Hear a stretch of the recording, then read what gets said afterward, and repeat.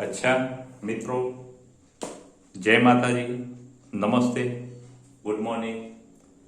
આપણે સદીશોનું દ્વિપરિમાણમાં એટલે કે XY સમતલમાં વિભાજન ભણ્યા. હવે સદીશોનું ત્રિપરિમાણમાં વિભાજન કઈ રીતે કરી શકાય એની જરા વાત કરીએ. તો ત્રિપરિમાણમાં સદીશનું વિભાજન, તો ખાસ યાદ રાખજો મિત્રો કે આકૃતિમાં XYZ ત્રિપરિમાણમાં આ સદિશ એ દર્શાવ્યો છે. મિત્રો XYZ કઈ રીતે ગોઠવાયેલા હોય એ જરા જોઈ લો. X આ દિશામાં છે, Y આ દિશામાં છે. X કાળા કલરની આપણે વિચારીએ, Y આ દિશામાં છે અને Z દિશા આવી છે. ખાસ યાદ રાખજો આ રીતે છે. અહીંયા આમ બતાવી છે ત્રિપરિમાણમાં. આપણે આવા હરિયા આ રીતે લગાવી ના શકીએ એટલે અહીંયા Z આ રીતે દર્શાવેલી છે. અને આ સદિશ એ છે ને આ રીતે છે મિત્રો, આ રીતે. એટલે તમારે તમારા ઓરડામાં વિચારવું હોય તો આ ખૂણેથી પેલા ખૂણે સદિશ એ બનાવી દો તો આવું આખું મસ્ત બોક્સ બની જાય. હવે આ જે સદિશ આપણો એ છે ત્રિપરિમાણમાં XYZ ત્રિપરિમાણમાં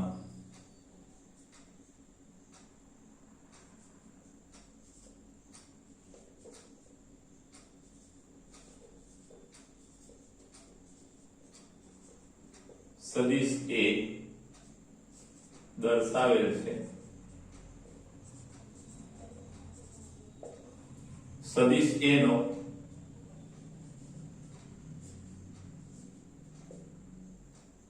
x, y અને એના x, y અને z દિશા સાથેના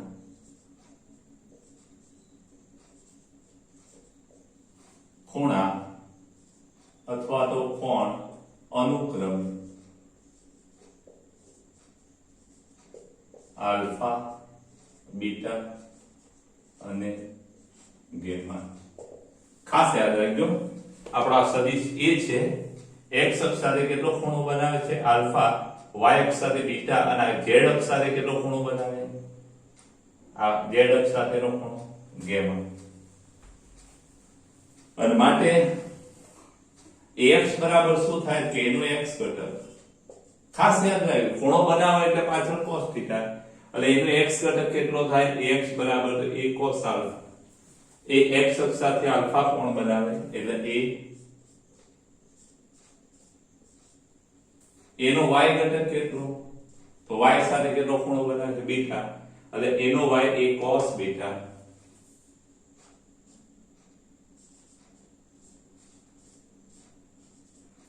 અને એનો z ઘટક એ કેટલો ખૂણો બનાવે? ગેમા. એટલે એ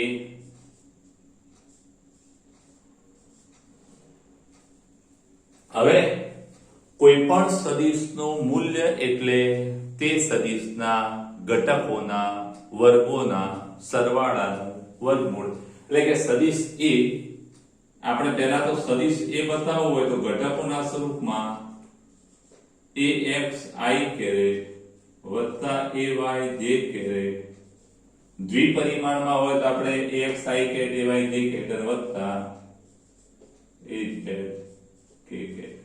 કોઈ પણ સદિશને દર્શાવવો હોય તેના ઘટકોના સ્વરૂપમાં આ રીતે દર્શાવાય ax I કેરેટ વત્તા ay j કેરેટ અને વત્તા az k કેરેટ. દ્વિપરિમાણમાં આપણે દર્શાવો તો આ રીતે દર્શાવી શકીએ કે જરા ખાસ યાદ રાખજો. દ્વિપરિમાણ પરથી તમને આઈડિયા જલ્દી આવશે. આ સદિશ એ છે એટલે આ બાજુનો જે ઘટક છે એને આપણે ax કહીએ તો આ ઘટક કેટલો? ax I કેરેટ અને આ ઘટક કેટલો? ay. તો આ સદિશ a બરાબર શું થાય?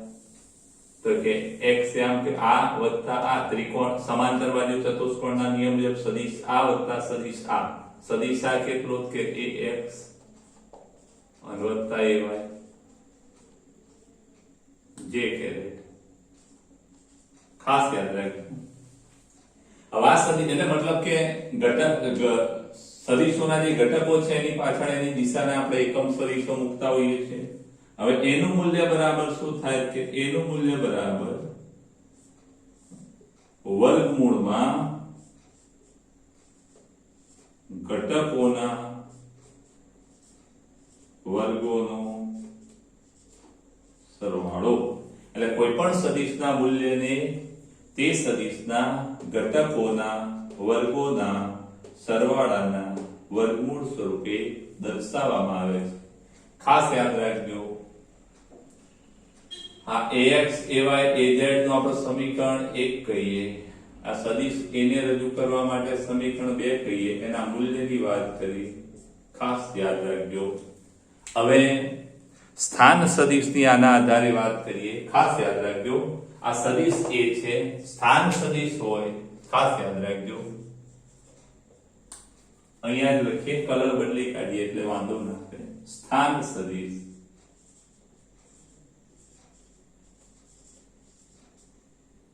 સદિશ r, તો સ્થાન સદિશના ત્રણ ઘટક x y ને z ત્રણ યામ હોય, એટલે કે x I કેરેટ વત્તા y j કેરેટ વત્તા z કેરેટ. અને માટે સદિશ r નું મૂલ્ય શું થાય? તો કે વર્ગમૂળમાં ઘટકોના વર્ગોનો સરવાળો થાય. ખાસ યાદ રાખજો, અહીંયા એની જગ્યાએ ખાસ યાદ રાખજો આવું હોય.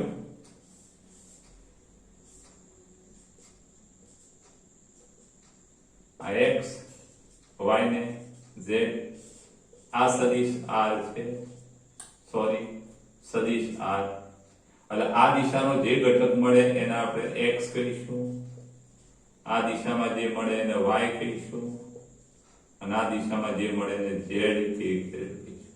એટલે અહીંયા x ની જગ્યાએ x આવશે, ay ની જગ્યાએ y આવશે, અને z ની જગ્યાએ z. ખાસ યાદ રાખજો મિત્રો. હવે એટલે આ બાબત જરા યાદ રાખજો, આની કોઈ ખાસ તમારે જરૂર નથી, આની પણ જરૂર નથી. તમે સ્ક્રીનશોટ લઈ અને ઉતાર દેજો.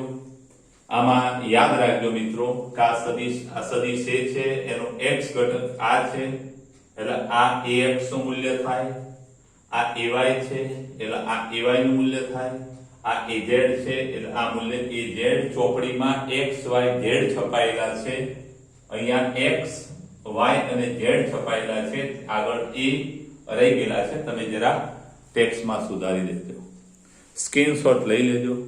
x ને આપણે સદિશ r નો x ઘટક કહેવામાં આવે છે, y સદિશ r નો y ઘટક, અને z એ સદિશ r નો z ઘટક.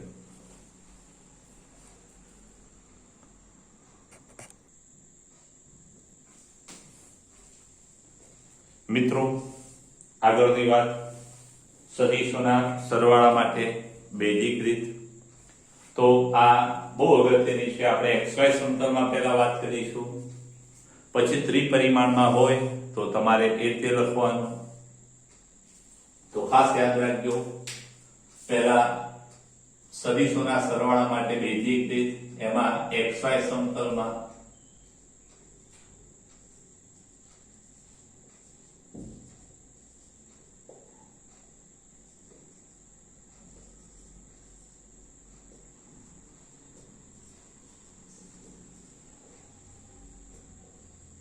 xy સમતલમાં સદિશોનો સરવાળો આપણે બેઝિક રીતથી કરવો છે. તો આપણે ભણી ગયા, કોઈ પણ સદિશ હોય એના બે ઘટક હોય, એક x દિશાનો, y દિશાનો, જો xy સમતલ હોય તો, અને ત્રિપરિમાણ હોય તો સદિશના ત્રણ ઘટક હોય, એક x y અને z. તો આપણે પહેલા xy સમતલમાં બે સદિશ ધારી લઈએ. ધારો કે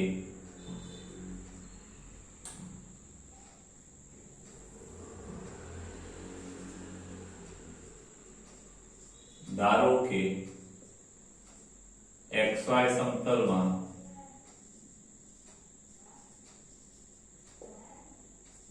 બે સદિશો,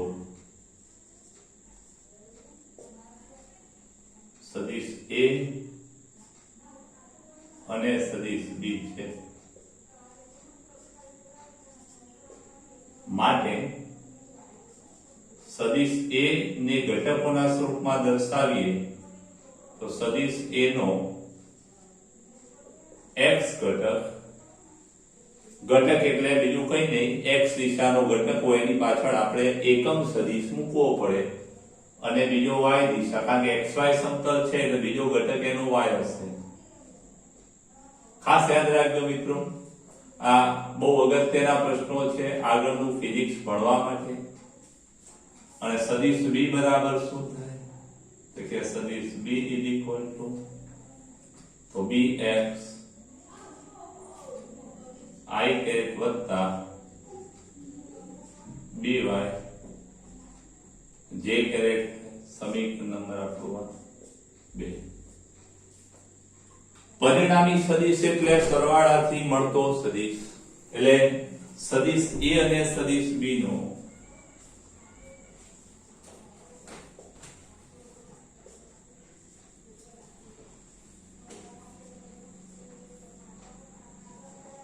પરિણામી સદિશ એટલે કે સરવાળાથી મળતો સદિશ r છે હોય તો સદિશ r શું થશે? સદિશ a વત્તા સદિશ b, અને માટે સદિશ r સદિશ a ની જગ્યાએ શું લખાય? પરિણામી એટલે બેના સરવાળાથી મળતો સદિશ. a ની જગ્યાએ મિત્રો શું લખીશું કે ઘટકોના સ્વરૂપમાં axi કેરેટ વત્તા ay j કેરેટ, એટલે અહીંયા axi કેરેટ વત્તા ay વત્તા સદિશ b ની જગ્યાએ શું લખીશું? bx I કેરેટ વત્તા by j કેરેટ, અને માટે પરિણામી સદિશ r is equal to axi caret વત્તા bxi કેરેટ. એમાંથી મિત્રો આપણે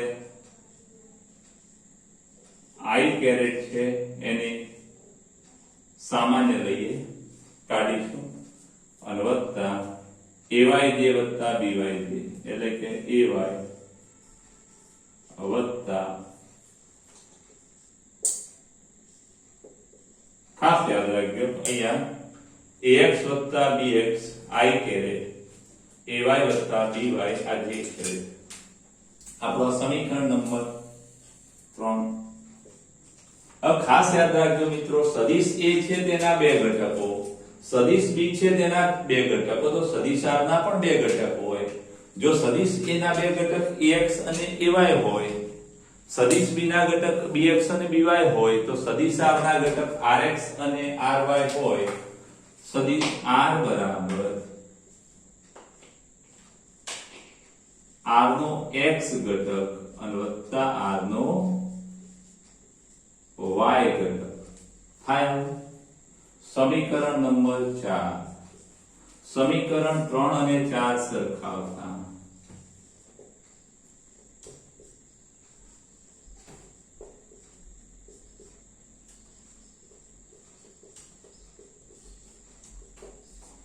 rx બરાબર શું થાય? તો કે x ઘટક rx બરાબર શું થાય? તો I કેરેટ વાળો rx કહેવાય. તો અહીંયા I કેરેટ વાળો શું છે? ax વત્તા bx. એટલે rx બરાબર શું થશે? તો કે ax વત્તા, મિત્રો અહીંયા પાછળ I કેરેટ એટલા માટે નથી લખતા કે બંને એક જ દિશાના છે, અને આપણે એક જ દિશાની ગતિમાં પણ આપણે સદિશોને પાછળ ઘટકો સ્વરૂપે દર્શાવેલા. એ જ રીતે ry બરાબર શું થાય? તો ry j કેરેટ, તો અહીંયા સદિશ r ના સમીકરણમાં j કેરેટ વાળો શું છે કે આ આપણો rx થશે.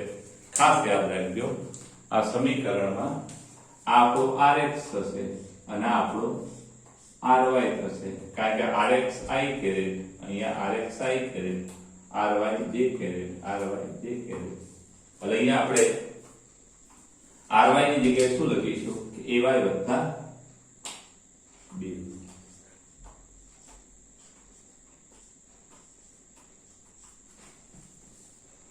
ખાસ યાદ રાખજો મિત્રો, આમાં એના ખૂણાની વાત કીધી હોય તો તમે લખી શકો કે tan θ બરાબર ry ભાગ્યા rx. આ સમીકરણ નંબર આપણું આ 5 ખૂણો કીધો હોય તો સમીકરણ નંબર 5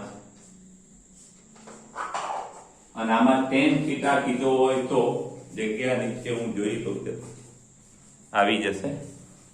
tan θ કીધો હોય x અક્ષ સાથેનો ખૂણો તો તમારે યાદ રાખવાનું આ વધારાનું rx ભાગ્યા ry ભાગ્યા rx પૂછાય તો. મિત્રો આ વાત હતી xy સમતલમાં સદિશોનો સરવાળો કઈ રીતે, તો આપણે બેઝિક રીત ભણી રહ્યા છે મિત્રો. એટલે xy સમતલમાં અથવા દ્વિપરિમાણમાં, xy સમતલ એટલે કેવું, તો એને દ્વિપરિમાણ પણ કહેવાય. શું કહેવાય? xy સમતલ એટલે દ્વિપરિમાણ. અને હવે ત્રિપરિમાણમાં હોય આના પરથી ડાયરેક્ટ આપણને લખતા આવડવું જોઈએ. ખાસ યાદ રાખજો. તો ત્રિપરિમાણમાં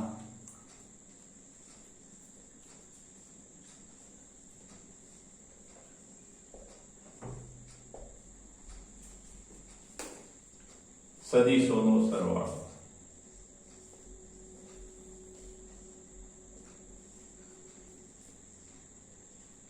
કઈ રીતે મિત્રો? બેઝિક રીતે. તો ત્રિપરિમાણમાં સદિશ A કેવો હોય અને સદિશ B કેવો હોય. તો ત્રિપરિમાણમાં સદિશ A ના 3 ઘટકો હોય, ax i કેરેટ, બીજો ઘટક હોય ay j કેરેટ અને az k કેરેટ. સદિશ B ના પણ 3 ઘટકો હોય, સદિશ bx i કેરેટ, by અને bz k કેરેટ.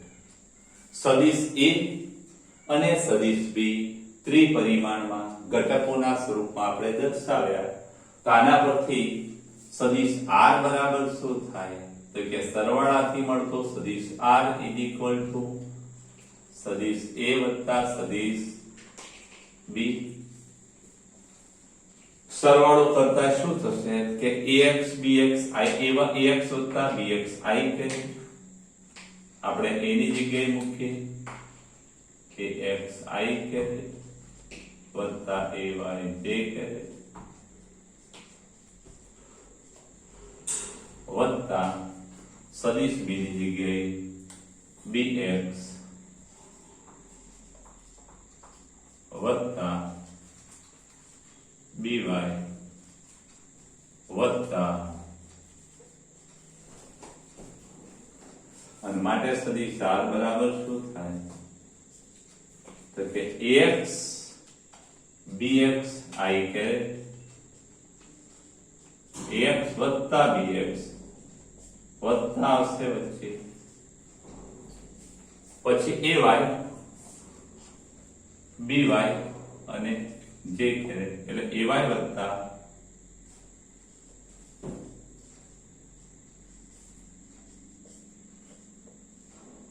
વત્તા az છે વત્તા az bz છે એટલે az વત્તા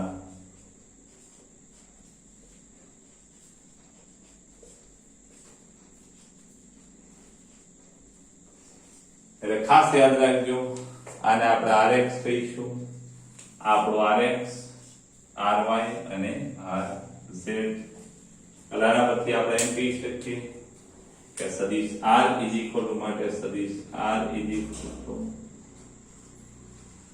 rx i વત્તા ry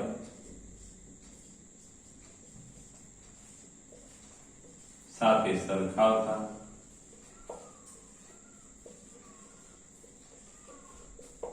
તો rx બરાબર શું થાય, ax વત્તા bx, ry બરાબર ay વત્તા by,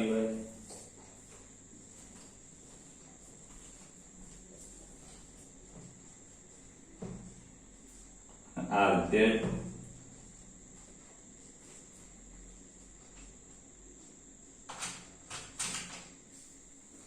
ખાસ યાદ રાખજો મિત્રો, ત્રિપરિમાણમાં આ સદિશોના વિભાગ પેલા સરવાળાની વાત હોય તો આ ખાસ યાદ રાખજો કે આની સાથે સરખાવતા આપણને આવા ઘટકો મળે. હવે ધારો કે કોઈ a b અને c ત્રણ સદિશો છે. ખાસ યાદ રાખજો, સદિશ a બરાબર ax i વત્તા ay અને વત્તા az, સદિશ b બરાબર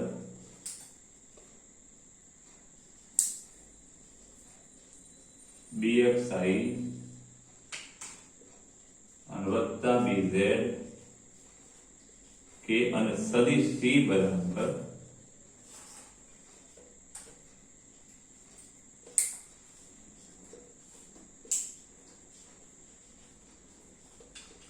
છે.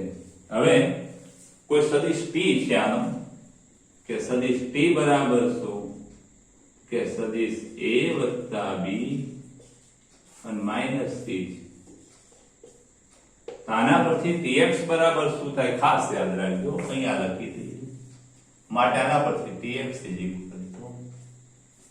તો કે tx ax વત્તા bx ઓછા cx, પાછળ x x મૂકી દેવાનું, ax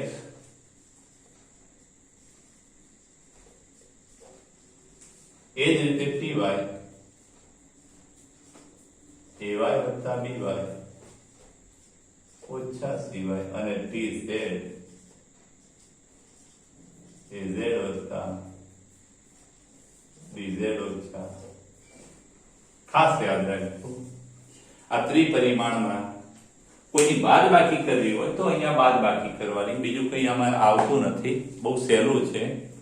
ખાસ યાદ રાખજો મિત્રો, આ દ્વિપરિમાણમાં સદિશોનો સરવાળો બેઝિક રીતે કીધો હોય તો એના બે ઘટકો લઈ લો, એક સાઈ કે ડિવાઇડ જે કે બીના ઘટકો લો, સરવાળો કરો, સદિશ r સાથે સરખાવે તો rx એટલે x ઘટકોનો સરવાળો થશે, ry a અને b ના y ઘટકોનો સરવાળો થશે. આ tan થીટા ક્યાંક દાખલા ગણવા માટે કામ આવશે એટલે લખેલું છે. અને ત્રિપરિમાણમાં હોય તો બીજું કશું છે નહીં, આ બે ઘટક આવે એવો ત્રીજો ઘટક આવે, rz બરાબર az વત્તા bz, બીજું કશું છે નહીં. અને અહીંયા જો કોઈ એવો સદિશો આ ત્રણ સદિશોમાં પહેલા બેનો સરવાળો ત્રીજાની બાદબાકી હોય તો ત્રીજાના ઘટકો બાદ કરવાના, પહેલા બેના સરવાળો કરવાનો. આમાં કશું અઘરું છે નહીં. આનો સરસ સ્ક્રીનશોટ લઈ અને મિત્રો ઉતારી લેજો, સારા અક્ષરે સ્ક્રીનશોટ લઈ લેજો.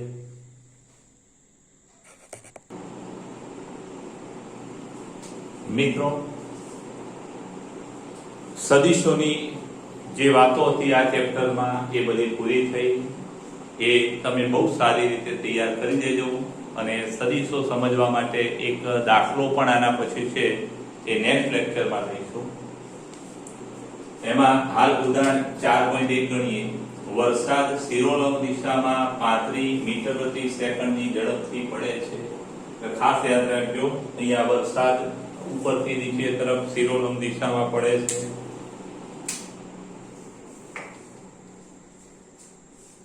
થોડા સમય બાદ હવા 12 મીટર પ્રતિ સેકન્ડની ઝડપે પૂર્વથી પશ્ચિમ દિશામાં ફૂંકાવા લાગે છે.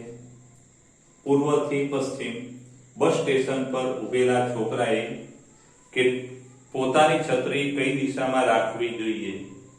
મિત્રો આમાં માત્ર દિશા શોધવાની કીધી છે, પણ ચોપડીમાં એનું મૂલ્ય, પરિણામી વેગનું મૂલ્ય પણ શોધેલું છે. પરિણામી વેગનું મૂલ્ય તમારે પૂછાય તો શોધવાનું, આપણે અહીંયા મૂલ્ય પણ શોધીશું.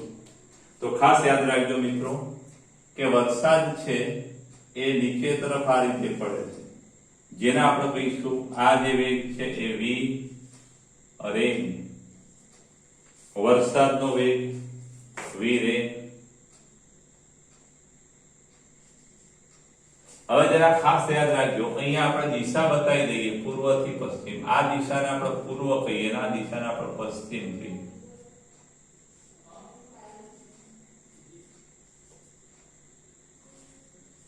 પૂર્વ અને પશ્ચિમ.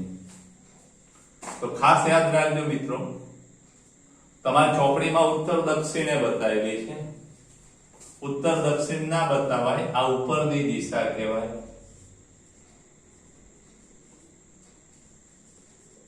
અથવા આને શિરોલંબ પણ કહેવાય, અને આ નીચેની દિશા.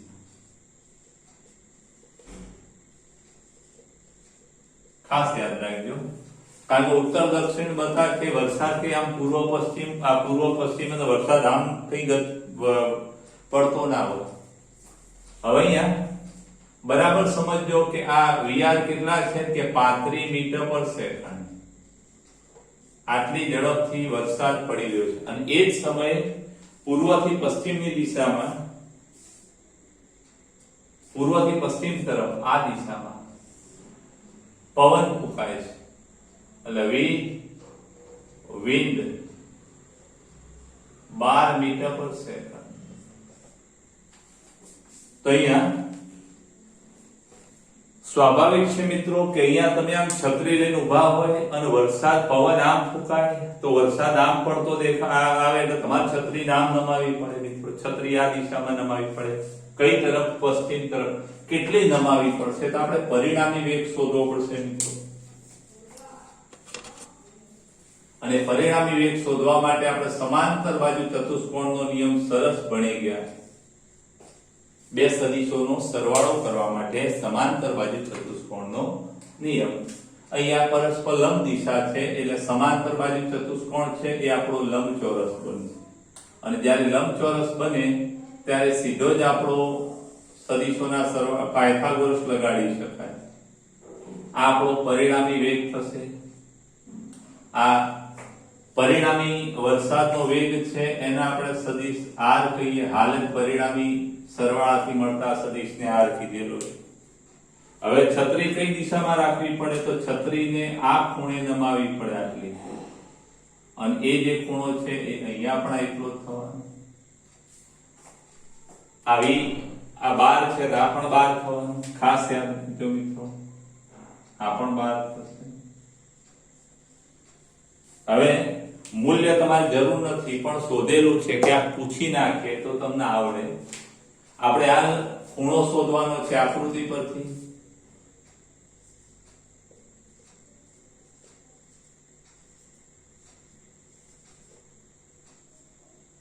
tan theta is equal to સામેની બાજુ ભાગ્યા પાસેની બાજુ એટલે આ સામેની બાજુ v w પવનનો વેગ ભાગ્યા વરસાદનો વેગ. પવનનો વેગ 12 છે અને ભાગ્યા 35 tan theta. તમારે કેલ્ક્યુલેટરમાં ગણવાનું માટે tan theta 12/35. તમે મિત્રો 12/35 કરશો એટલે 0.343 જવાબ આવશે. પોઈન્ટ અને માટે theta is equal to tan inverse. જો તમને લોગ ટેબલ ના આપ્યું હોય તો થીટા બરાબર tan ઇન્વર્સ 12/15 લખો.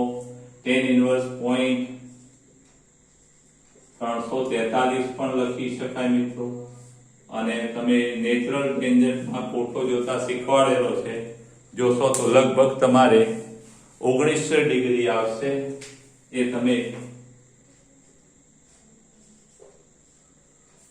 એનું મૂલ્ય પૂછ્યું નથી, પણ પૂછાય તો તમને આવડવું જોઈએ. માન r બરાબર શું થાય?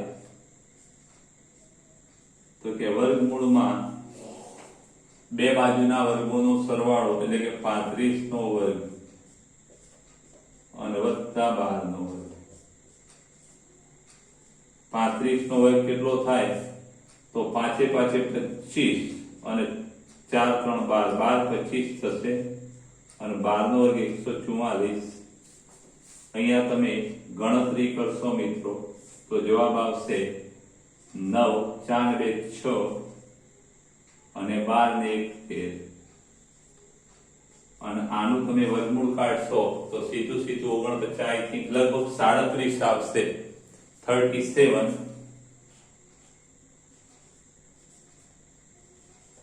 મીટર પર સેકન્ડ. આ પરિણામી વેગનું મૂલ્ય છે પૂછાય તો આ દિશામાં ખાસ યાદ રાખવું પડે કે ઉર્ધ્વ દિશા સાથે પૂર્વ તરફ. કઈ દિશામાં? દિશા સાથે પૂર્વ તરફ. આ ખૂણા માટે ખાસ આ વાત લખવી પડે. ઉર્ધ્વ દિશા એટલે ઉપરની દિશા, ખાસ યાદ રાખજો. એને શિરોલંબ દિશા પણ કહેવાય છે. સ્ક્રીનશોટ મિત્રો લઈ લેજો.